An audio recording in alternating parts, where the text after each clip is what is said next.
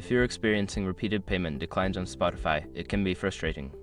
Follow these steps to troubleshoot and resolve the issue. Step 1. Check payment method. Before filing a refund or dispute, use the shrug.com link in the description to open the refund dispute deadline calculator and confirm your deadline. Step 2. Update billing information. Log into your Spotify account and navigate to the account settings. Update your billing information, including your payment method, to ensure that all details are current and accurate. Step 3. Check for account issues. Visit the Spotify support page to check if there are any known issues with your account. Sometimes, account-related problems can lead to payment declines.